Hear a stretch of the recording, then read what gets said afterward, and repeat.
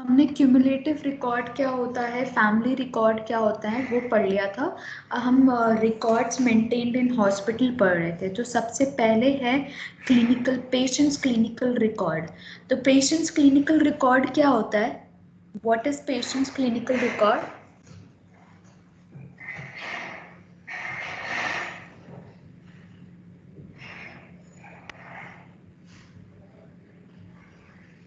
Patients clinical record क्या होता है?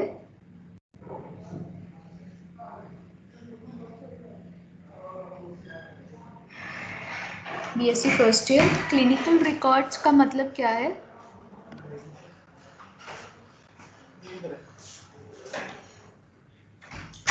मैम जब से पेशेंट एडमिट हुआ है हॉस्पिटल में उसके बाद का जो रिकॉर्ड है।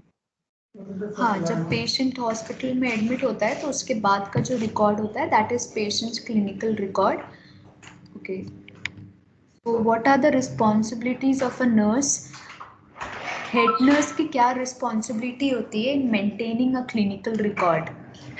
क्या रिस्पॉन्सिबिलिटी होती है एक हेड नर्स की? Protection from loss. या ओके, ये आपने देख के ही बता दिया। वैसे आप अपने वर्ड्स में बताओ कि एक नर्स की क्या रिस्पॉन्सिबिलिटी होती है for patients clinical record?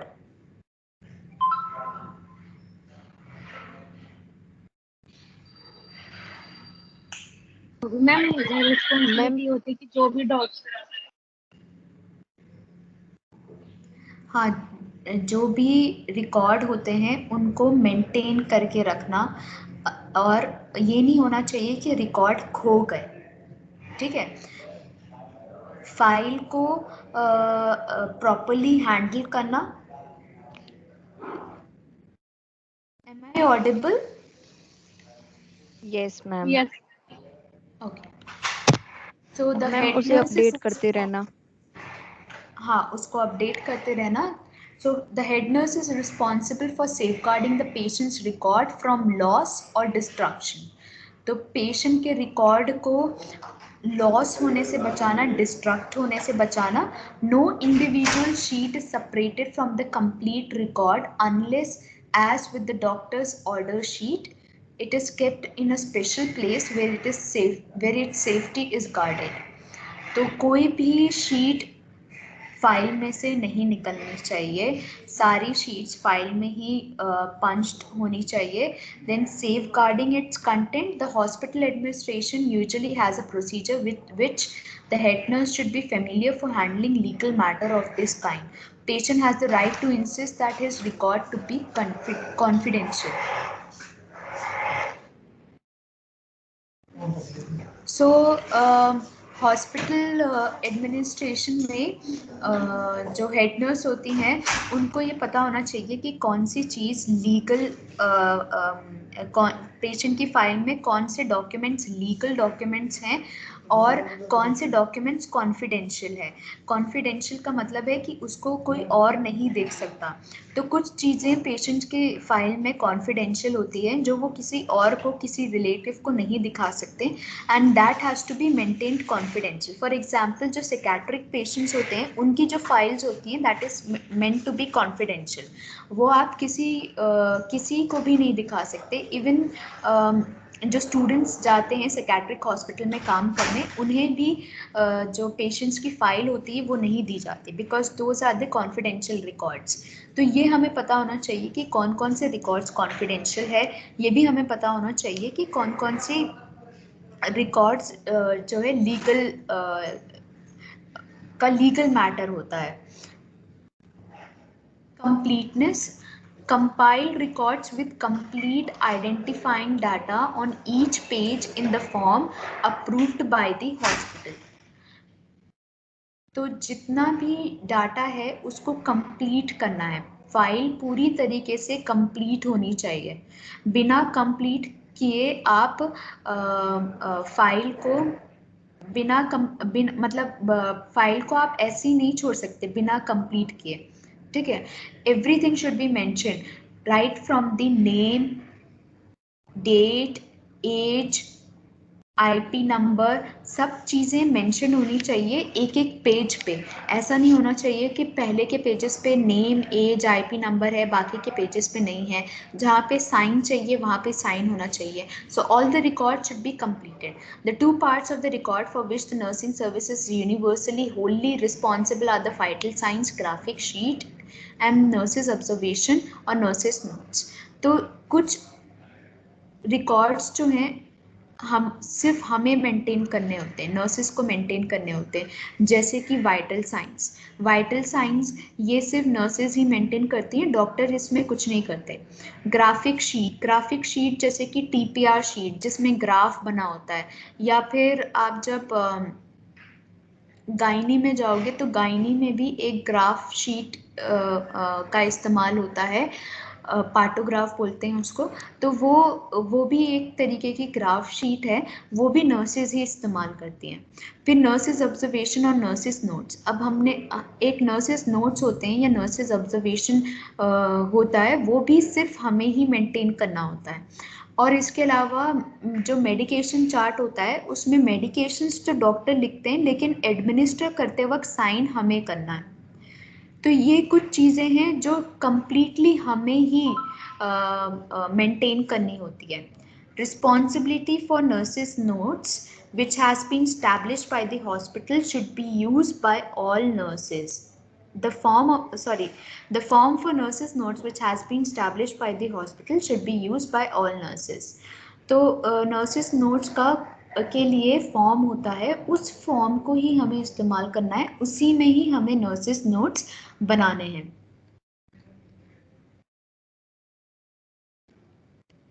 Evaluation principle in keeping records, और हम कैसे इवैल्यूएट कर सकते हैं कि हमने रिकॉर्ड सही मेंटेन किया है कि नहीं मेंटेन किया है। सबसे पहले हम अपने आप को क्वेश्चंस पूछेंगे कि जो भी इंफॉर्मेशन रिकॉर्ड्स में है वो असेंशियल है कि नहीं है। What information is essential to record? ठीक है, जब भी हम रिकॉर्ड कर रहे हैं हमें इस बात का ध्यान रखना है कि ये इंफॉर्मेशन ज़रूरी है या नहीं है। इररिलेवेंट इंफॉर्मेशन की ज़रूरत नहीं होती रिकॉर्ड्स मेंटेन करने में। What useful purposes will it serve? क्या पर्पस वो सर्व करेगा, मतलब कि क्या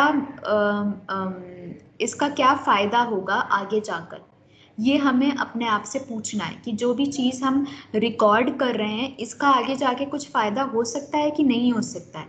अगर फ़ायदा होगा तो हमें उसको रिकॉर्ड करना है, अगर फ़ायदा नहीं होगा तो उसको रिकॉर्ड करने का क्या फ़ायदा। Is the information obtained in other way और इज इट रिकॉर्डेड एल्सवेयर? तो कुछ जो इन्फॉर्मेशन होती है वो हम डायरेक्टली पेशेंट से लेते हैं और कुछ इन्फॉर्मेशन हम कहीं और से कॉपी करते हैं।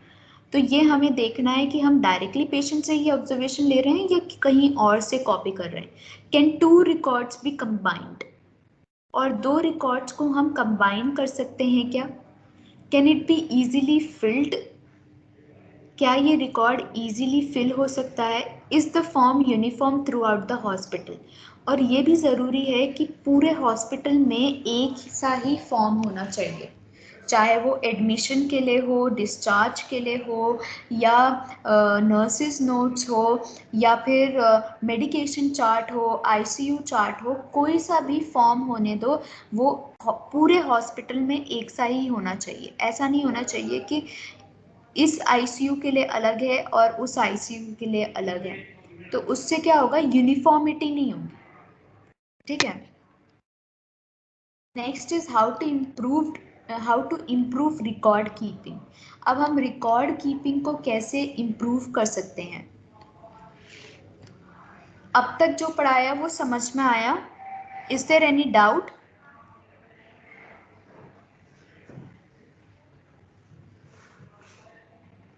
Is there any doubt? No, ma'am. No, ma'am. No, ma'am. Okay, how to improve record keeping.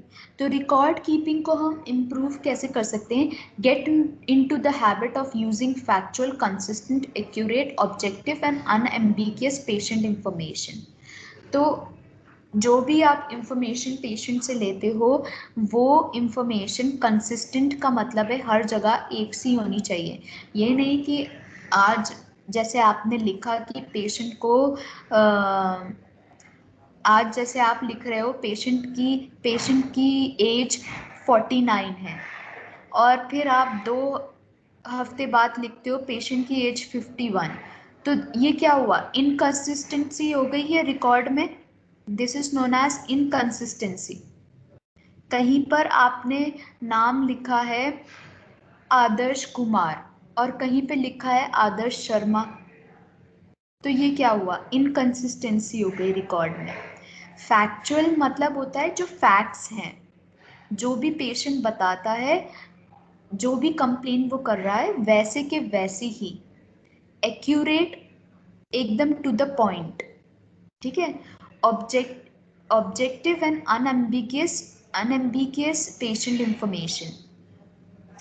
Objective, यहाँ पे हम सब्जेक्टिव नहीं लिखते, ज़्यादातर रिकॉर्ड्स में हम ऑब्जेक्टिव लिखते हैं।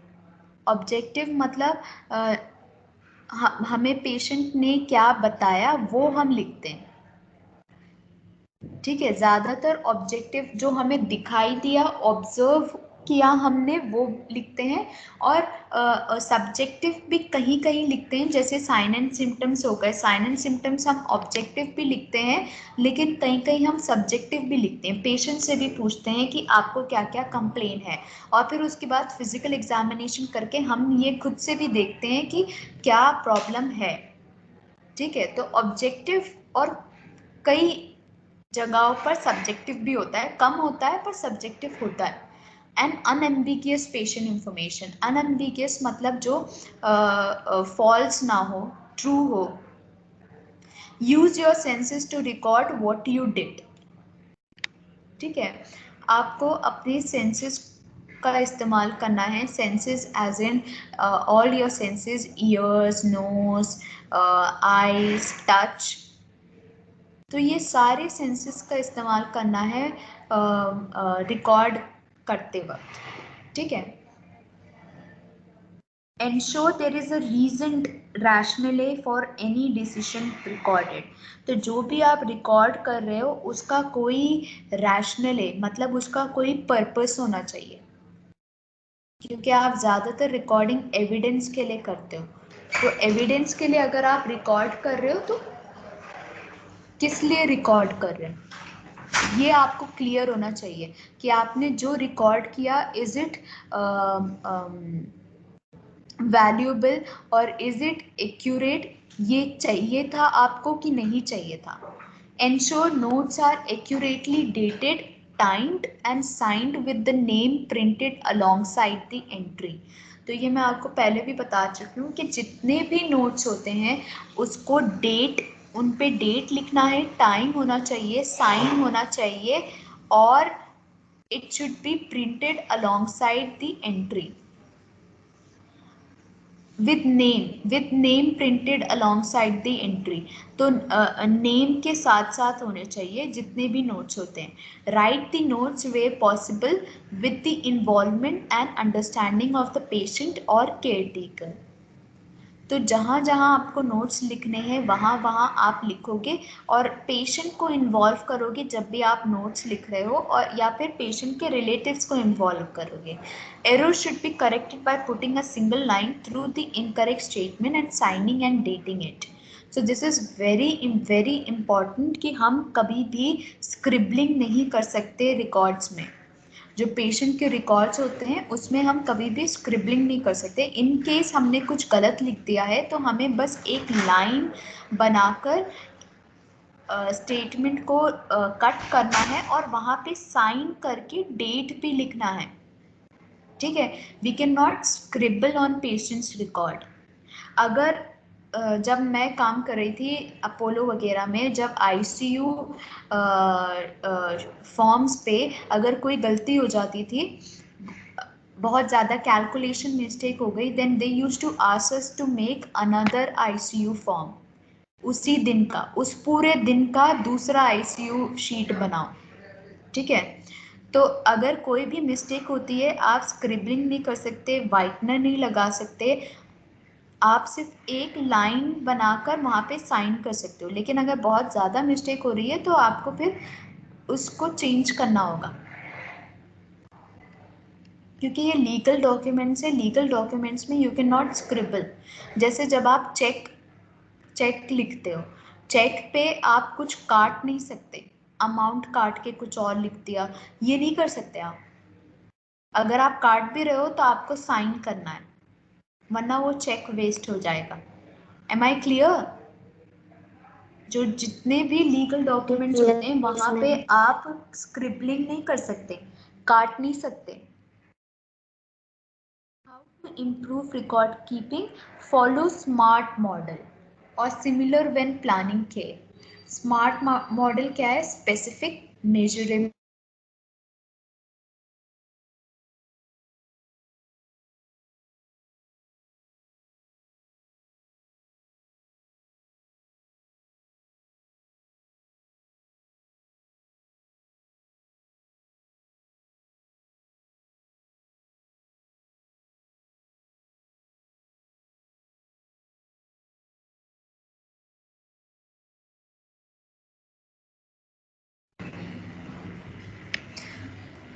Am I audible now?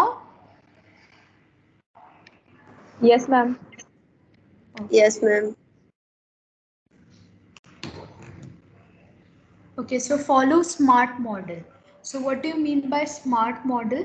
Smart model का मतलब होता है specific, measurable, achievable, realistic and time based और similar when planning care. तो स्पेसिफिक मतलब जितना उतना, मेजरेबल मतलब आप उसको मेजर कर सकते हो कि जो आपने किया वो सही था या नहीं था, या वो उतना ज़रूरी था कि नहीं था, और जो आपका गोल था वो आपने अचीव किया या नहीं किया।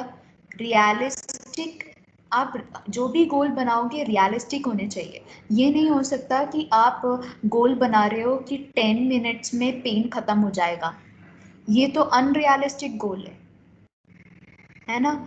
ये रियलिस्टिक गोल तो नहीं है, ये अनरियलिस्टिक गोल है कि 5-10 मिनट्स में पेन खत्म हो जाएगा।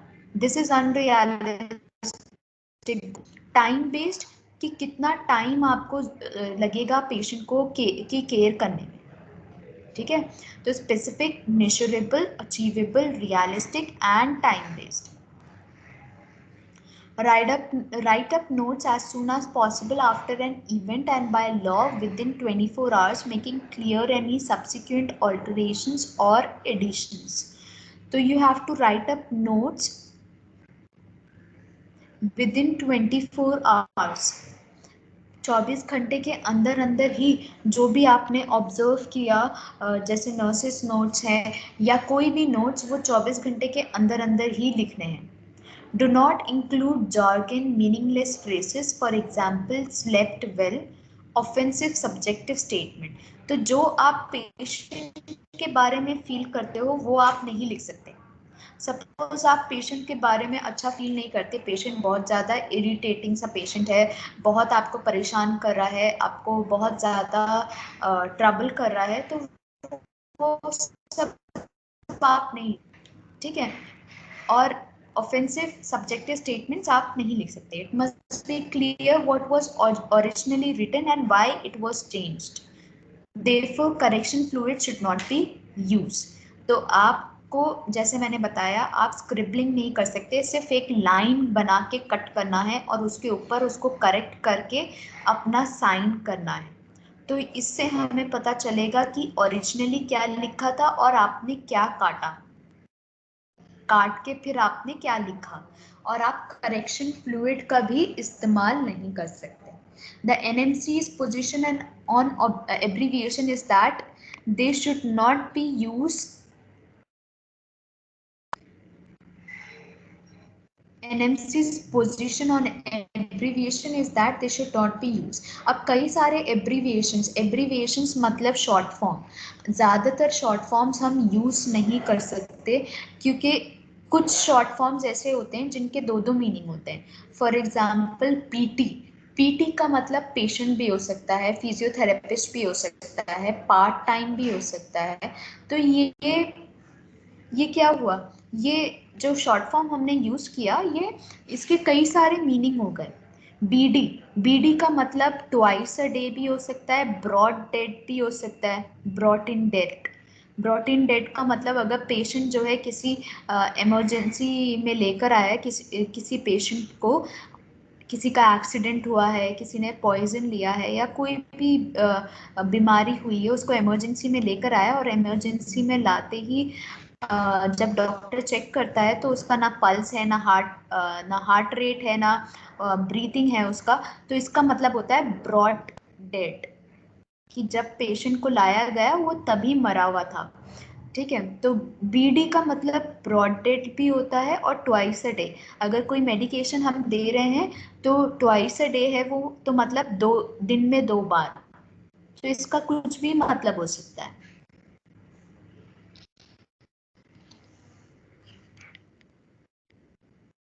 So this was the end of reports. Reports क्या होती हैं हमने देखा, लास्ट क्लास से ही हम रिपोर्ट्स के बारे में पढ़ रहे हैं कि रिपोर्ट्स का डेफिनेशन क्या है, उसकी इम्पोर्टेंस क्या है, और कौन कौन से टाइप्स के होते हैं, कैसे एक गुड रिपोर्ट कीपिंग हमने करना है, रिकॉर्ड कीपिंग के हमें कैसे रिकॉर्ड कीपिंग, तो ये सारी चीजें हमने रिकॉर्ड में देखी। Now next is reports can be compiled daily, weekly, monthly, quarterly and annually। तो ये ज़रूरी नहीं है कि जैसे रिकॉर्ड है, रिकॉर्ड जो है 24 आवर्स के अंदर अंदर ही हमें करना है, ये रिपोर्ट्स के लिए ज़रूरी नहीं है।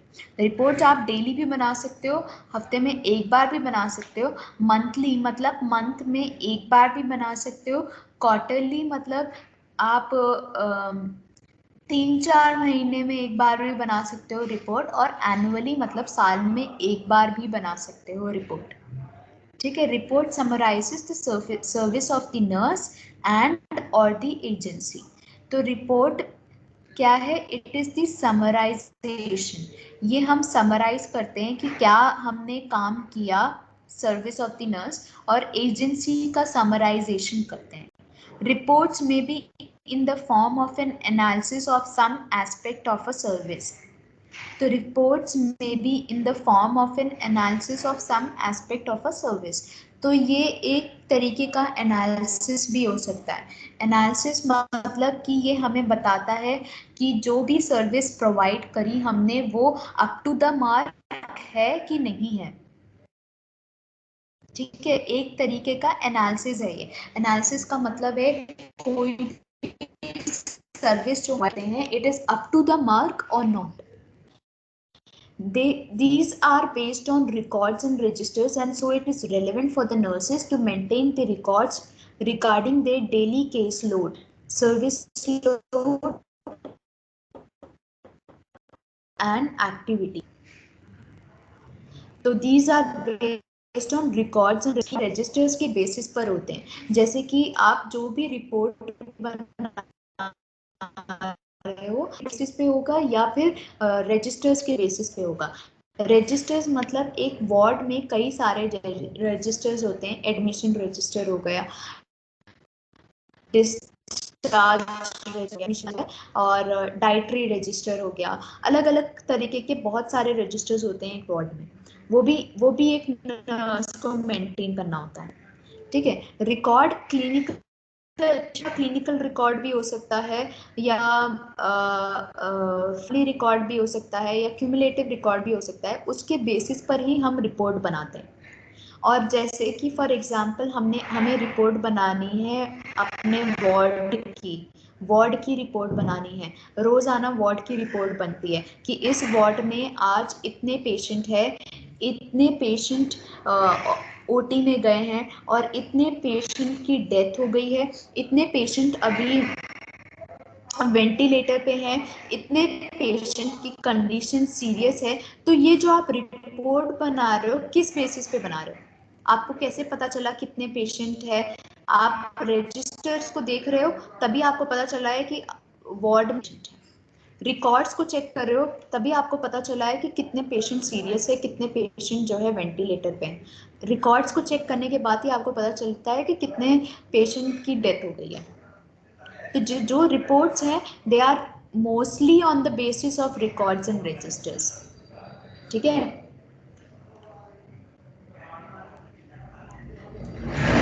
समझ में आ रही है बात? रिपोर्ट्स ज्यादातर रिकॉर्ड्स और रजिस्टर्स के बेसिस पे होते हैं, और रिपोर्ट्स हम एक तरीके का एनालिसिस है कि जो हमने किया वो अप टू द मार्क था कि नहीं था, और रिपोर्ट में हम समराइज करते हैं कि the services of the nurse and और द एजेंसी, कि जो सर्विस हमने प्रोवाइड करी वो ही सब हम लिखते हैं रिपोर्ट में, उसको ही समराइज करके लिखते हैं। Importance of reports. What are the importance of reports? Good reports save duplication of efforts and eliminate the need for investigation to learn the facts in a situation. तो अगर रिपोर्ट अच्छी है तो हमें बार बार उसके ऊपर काम करने की जरूरत नहीं है। Full reports often save embarrassment due to ignorance of situation. तो और रिपोर्ट जो है पूरी रिपोर्ट होनी चाहिए। पूरी रिपोर्ट का मतलब है कि सब कुछ होना चाहिए उसमें इंक्लूड। ठीक है, patient receive better care when reports are thorough and give all pertinent data. तो पेशेंट क्या करते, patient receive better care when reports are thorough. तो पेशेंट जो है अच्छा केयर रिसीव करता है जब रिपोर्ट्स अच्छी होती है। Complete reports give a sense of security which comes from knowing all factors in the situation. तो जब आप रिपोर्ट बनाते हो अपने वार्ड के बारे में सब कुछ पता होता है, या पेशेंट पे रिपोर्ट बना रहे हो तो आपको पेशेंट के बारे में सब कुछ पता होता है, तो वो एक तरीके का आपको सेटिस्फैक्शन भी मिलता है और एक तरीके का आपकी नॉलेज भी बढ़ती है। It helps in efficient management of the ward. और अगर आपको ये पता होगा कि वार्ड में क्या कितना सप्लाई है, कितने पेशेंट है, कितने क्रिटिकल पेशेंट्स हैं, ये सब चीज़ें अगर आपको पता होगा तो आप वार्ड को अच्छे से मैनेज कर पाओगे। क्या क्या इम्पोर्टेंस है? एक तो आपका डुप्लीकेशन ऑफ एफर्ट्स कम, आपको डुप्लीकेट मतलब बार बार एक चीज़ पे काम करने की ज़रूरत नहीं होगी। ठीक है, ये अगर आपने एक रिपोर्ट में लिख रखा है कि आज का सेंसस इतना है, मतलब सेंसस मतलब आज के पेशेंट्स इतने हैं, तो बार बार आपको अगर कोई आके पूछता है आपको बार बार काउंट करने की जरूरत नहीं है। आपको पता होगा कि हाँ कि आज के सेंसस इतने हैं। ठीक है, full reports often save embarrassment due to ignorance of situation. और रिपोर्ट कैसी होनी चाहिए? पूरी होनी चाहिए रिपोर्ट। इससे आप एक तो जब आप रिपोर्ट बना रहे हो आपकी नॉलेज बढ़ती है, सेंस ऑफ सिक्योरिटी। इससे आपको वार्ड को कैसे मैनेज करना है ये भी पता चलता है, पेशेंट को कैसा केयर देना है ये भी आपको इसी से पता चलता है। Criteria for the good report should be made promptly if they are to serve their purpose well. तो रिपोर्ट को कैसे बनाना है? It should be made promptly if they are to serve their purpose well. What do you mean by promptly?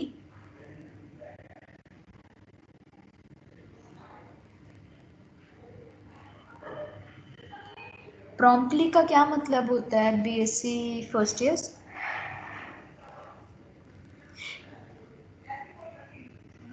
एकदम बनाना है आपको, और मतलब आपको सब कुछ ध्यान में रखते हुए आराम से उसको बनाना है, और you have to be sure about what you are writing in a report. A good report is clear, complete and concise.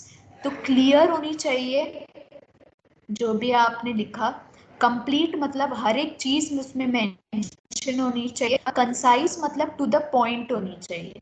ठीक है, if it is written all pertinent identifying data are include the date, time, the people concerned, the situation and the signature of making the report. अगर हम report को लिख रहे हैं तो उसमें सारे डाटा इंक्लूड होना चाहिए, जैसे कि डेट होना चाहिए, टाइम होना चाहिए। पीपल कंसर्न मतलब किसके ऊपर आप रिपोर्ट लिख रहे हो, सिचुएशन क्या है, वो सब चीज उसमें मेंशन करोगे। It is clearly stated and well organised, easy understanding. तो it should be clearly stated. जैसे जैसे आप जिस तरीके से आप लिख रहे हो वो क्लियर होना चाहिए, समझ में आए, और ऑर्गेनाइज्ड होना चाहिए ताकि वो अच्छे से समझ सके, जो भी अगर उसको पढ़े वो अच्छे से समझ सके। ऐसा नहीं हो सकता कि आपने पेशेंट के लिए नहीं, अगर आप वार्ड के लिए भी अगर कोई रिपोर्ट बना रहे हो, आपने एक चीज़ लिखी फिर उसको छोड़ दिया बीच में, किसी और चीज़ के बारे में लिखना स्टार्ट कर दिया, फिर वापस से जो पहली चीज़ लिख रहे थे उसी को कंटिन्यू करने लगे, तो इससे क्या होगा, वो ऑर्गेनाइज नहीं रहे। No extraneous material is included. No extraneous material is included. Extraneous material मतलब कि कुछ भी बाहर से जैसे इंक्लूड नहीं करना है, अपने आप से कुछ भी इंक्लूड नहीं करना है अपने मन से, कि जो आपका मन करे या आपको जैसा लगता है आप उसमें इंक्लूड कर सकते हैं, नहीं, दैट इज रॉन्ग।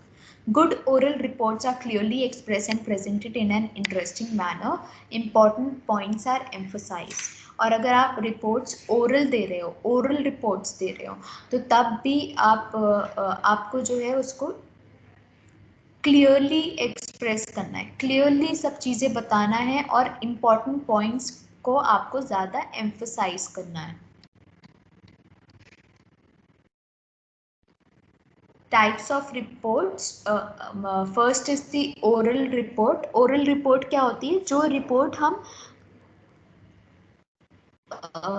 ओरली बता रहे हैं,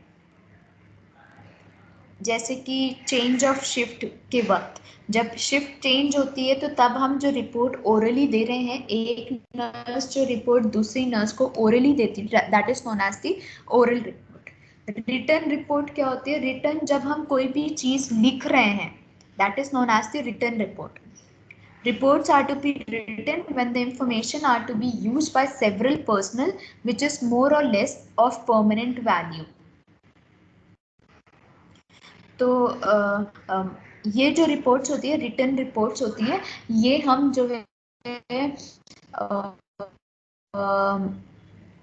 जैसे कि हमने डेन रिपोर्ट बनाई, सेंसिस बनाया कि एक वार्ड का कितना सेंसिस है, ये रिपोर्ट्स हम लिखकर इनको सेव भी करते हैं, एक रजिस्टर होता है उनमें ये रिपोर्ट्स लिखी जाती है, और इसका बाद में भी हमें ज़रूरत पड़ सकती है। फॉर एग्जांपल अगर अभी हमें ये देखना है कि इस दिन कितने पेशेंट थे इस वार्ड में, तो वो हमारे पास इंफॉर्मेशन ऑलरेडी लिखी होगी, तो हमें पता होगा। तो ये क्या होते हैं, ये परमानेंट रिपोर्ट्स होती हैं। इस तरीके की जो रिपोर्ट्स होती हैं वो परमानेंट होती हैं, बाद में भी जब अगर हमें ज़रूरत हो तो हम उसको देख सकते हैं। चेंज ऑफ शिफ्ट रिपोर्ट और 24 आवर रिपोर्ट। तो चेंज ऑफ शिफ्ट रिपोर्ट भी शिफ्ट चेंज हो रही है उस वक्त हम जो रिपोर्ट देते हैं, that is known as change of shift report. और 24 आवर रिपोर्ट वो होती है जो पेशेंट के एडमिशन से पूरे 24 आवर्स की रिपोर्ट, कि मतलब एडमिशन से लेकर अभी 24 आवर्स तक क्या क्या हुआ है, that is known as the 24 hour report. Provide only essential background information about client but do not review all routine के प्रोसीजर्स और टास्क। तो इसमें हम जितनी भी ज़रूरत की चीज़ें होती हैं वो बताते हैं कि पेशेंट का बैकग्राउंड क्या है, name, age, sex, diagnosis, medical history क्या है, और इसके अलावा आइडेंटिफाई क्लाइंट्स नर्सिंग डायग्नोसिस और health care problems and other related causes. इसके अलावा हम अलग अलग चीज़ें बता सकते हैं, जैसे उसकी प्रॉब्लम्स क्या क्या हैं, साइन एंड सिम्टम्स क्या क्या हैं उसे, और उसके साथ साथ उसको क्या प्रॉब्लम हो रही है हॉस्पिटल में एडमिशन के बाद, या जो भी चीज़ है वो हम बता सकते हैं। डिस्क्राइब ऑब्जेक्टिव मेजरमेंट्स और ऑब्जर्वेशंस अबाउट क्लाइंट, और उसके जितने भी मेजरमेंट्स है, अब नॉर्मल मेजरमेंट्स जैसे कि उसका WBC काउंट बढ़ा हुआ है, प्लेटलेट काउंट कम है, तो वो सारी चीज़ें हमें एम्फसाइज करके बतानी है, उन चीज़ों पे हमें ज़्यादा गौर देना है और दूसरी सिस्टर को बताना है। फिर उसके बाद पेशेंट का मेजरमेंट, अलग अलग मेजरमेंट, जैसे उसका अगर अंडरवेट है या कोई भी लैब वैल्यूज होने दो जो नॉर्मल नहीं है, वो सब चीज़ें हमें एम्फसाइज करके बतानी है। Stress recent change but do not use critical comment about clients behaviour. और रिपोर्ट देते वक्त आप कोई क्रिटिकल कमेंट यूज़ नहीं कर सकते, जैसे ये तो पेशेंट बहुत ज़्यादा परेशान करता है, या बहुत ज़्यादा इचिंग पेशेंट है, या बहुत ज़्यादा ही दिमाग खाता है, ये सारी बातें आप नहीं कह सकते हो। So you have to be professional. Share significant information about family members as it relates to clients problem. और अगर ज़रूरी है तो आप फैमिली मेम्बर के बारे में भी बताओगे, ताकि हम उसको रिलेट कर सकें क्लाइंट की प्रॉब्लम से। Continuously review ongoing discharge plan, do not engage in gossip. Describe instructions given in teaching plan and clients response. तो जब भी डिस्चार्ज प्लान जो बनता है उसमें हमें पेशेंट को क्या क्या सिखाना है, या उसके हॉस्पिटल के स्टे में जब वो हॉस्पिटल में ही है तो तब हम पेशेंट को क्या क्या सिखा रहे हैं, वो सब चीज़ें हम उसकी भी हम रिपोर्ट बनाते हैं। देखो ये एक सैंपल है चेंज ऑफ शिफ्ट रिपोर्ट या फिर 24 आवर रिपोर्ट का। इसमें बेड नंबर है, नेम, एज, डायग्नोसिस कि पेशेंट की कंप्लेंट क्या है, morning shift, evening shift, night shift, final senses और सिग्नेचर। मॉर्निंग शिफ्ट में हम इंक्लूड करते हैं कौन सी नर्स ने मॉर्निंग शिफ्ट में काम किया, कौन सी नर्स ने इवनिंग शिफ्ट में, और कौन सी नर्स ने नाइट शिफ्ट में काम किया, ये हम इंक्लूड करते हैं। फिर फाइनल सेंसेस क्या है, फाइनल सेंसेस मतलब कितने पेशेंट्स है वार्ड में, और फिर सिग्नेचर। तो ये हो गई हमारी चेंज ऑफ शिफ्ट रिपोर्ट या 24 hour report. Reports used in hospital setting. Second है ट्रांसफर रिपोर्ट। तो हमने चेंज ऑफ शिफ्ट रिपोर्ट देख ली, अब ट्रांसफर रिपोर्ट। ट्रांसफर रिपोर्ट कौन सी होती है, जब पेशेंट एक वार्ड से दूसरे वार्ड में शिफ्ट होता है तो उस वक्त भी हमें एक रिपोर्ट बनानी होती है, that is known as the transfer reports. Transfer report involve communication of information about client from the nurse on sending unit to the nurse on the receiving unit. तो जो ये जो रिपोर्ट होती है ये वो नर्स बनाती है जैसे कि जो पेशेंट को लेके जा रही है, और जो पेशेंट को रिसीव कर रही है वो नर्स उस इंफॉर्मेशन को पढ़ती है और उसके ऊपर साइन करती है। और इस रिपोर्ट में क्या क्या होना चाहिए, जैसे क्लाइंट का नाम हो गया, एज हो गया, प्राइमरी डॉक्टर कौन सा है, मेडिकल डायग्नोसिस क्या क्या है, वो सब इसमें इंक्लूड होना चाहिए। Summary of medical progress up to the time of transfer. Summary of medical progress up to the time of transfer का मतलब है जब पेशेंट एडमिट हुआ था तो उसकी क्या कंडीशन थी, और फिर उसके बाद अब तक क्या कंडीशन है उसकी, अब जब हम उसको ट्रांसफर कर रहे हैं तो अब उसकी क्या कंडीशन है, क्या क्या चेंजेस आए हैं उसके कंडीशन में, तो वो हमें इंक्लूड करना है, उसकी समरी होनी चाहिए। करंट हेल्थ स्टेटस फिजिकल और साइकोसोशल, तो उसका हेल्थ स्टेटस के बारे में बताना है, फिजिकल स्टेटस क्या है उसका, psychosocial status. Current nursing diagnosis of problem and care plan, तो करंट नर्सिंग डायग्नोसिस क्या है पेशेंट के, करंट प्रॉब्लम क्या है उसका, करंट केयर प्लान बनाना होता है।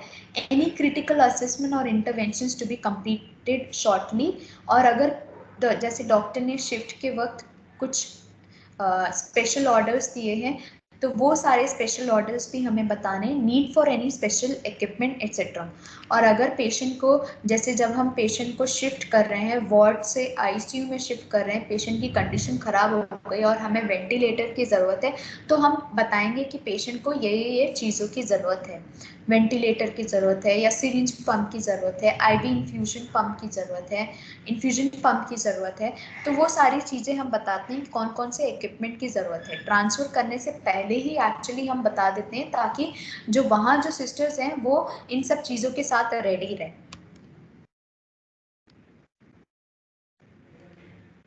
फिर आता है इंसिडेंट रिपोर्ट।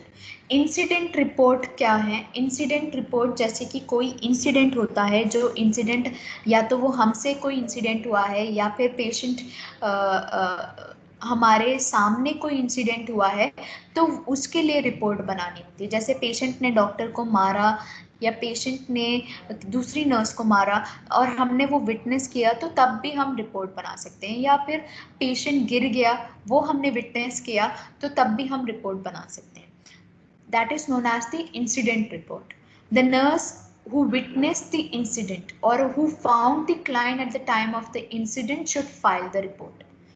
तो जो भी हमने देखा, अगर हम कुछ देखते हैं ऐसा, तो तब हमें रिपोर्ट बनानी है। या फिर अगर हम पहले पहुंच गए, फॉर एग्जाम्पल पेशेंट अपने बेड पे से गिरा हुआ था और हम सबसे पहले वहाँ पे पहुंच गए, तो तब भी हम रिपोर्ट बना सकते हैं। या जो सिस्टर जिसके अंडर पेशेंट आता है, वो सिस्टर फिर वो रिपोर्ट बनाएगी। हॉस्पिटल में पेशेंट्स को असाइन कर दिया जाता है। जैसे आप जब ड्यूटी पे जाओगे तो आपको असाइन कर दिया जाएगा कि इतने से इतने बेड नंबर को ये सिस्टर देखेंगे, इतने से इतने बेड नंबर को ये सिस्टर देखेंगे।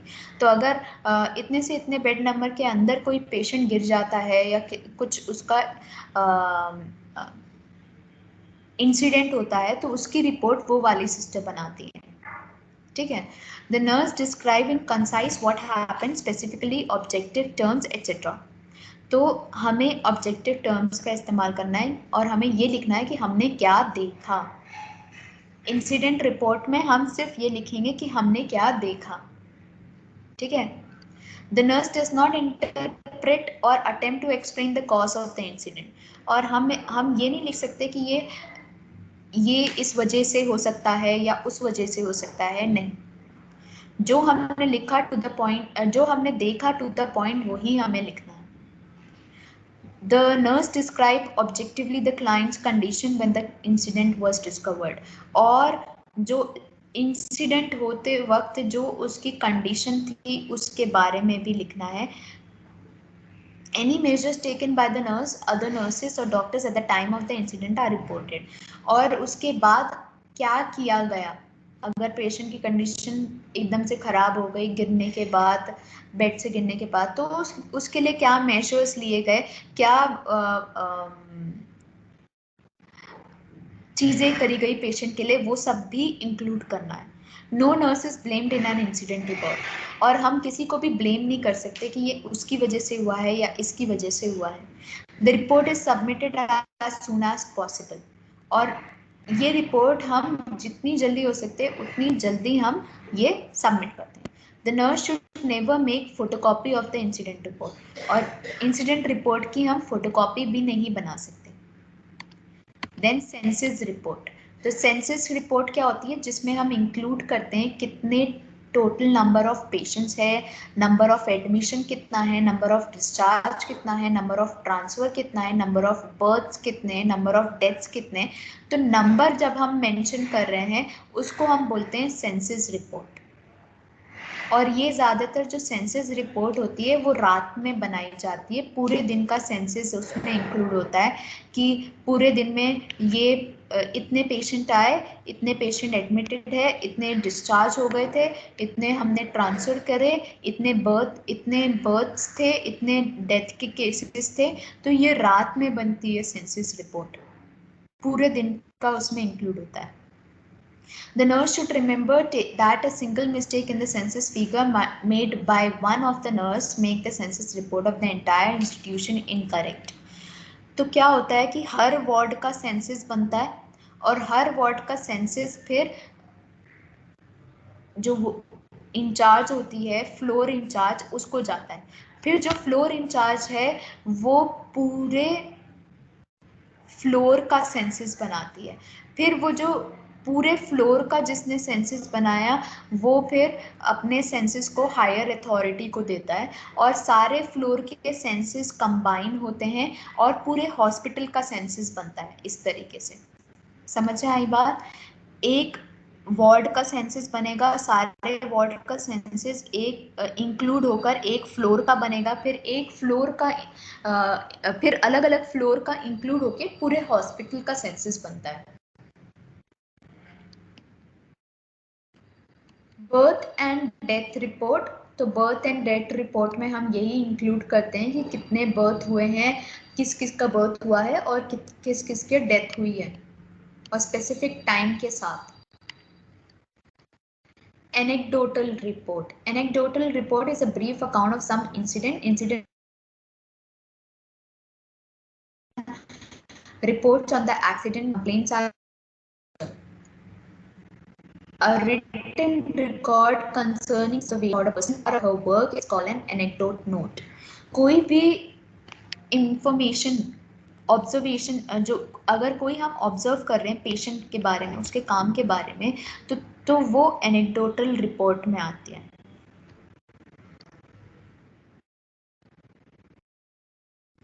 This is the sample of the accident report या फिर इंसिडेंट रिपोर्ट हो गया।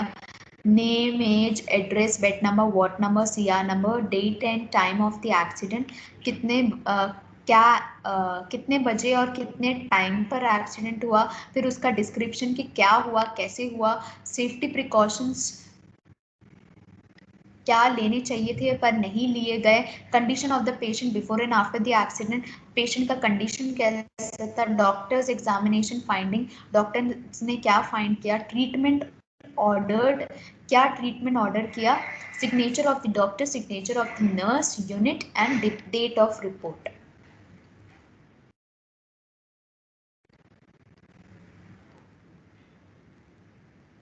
How to write a good report, we will see it in next class since it is time.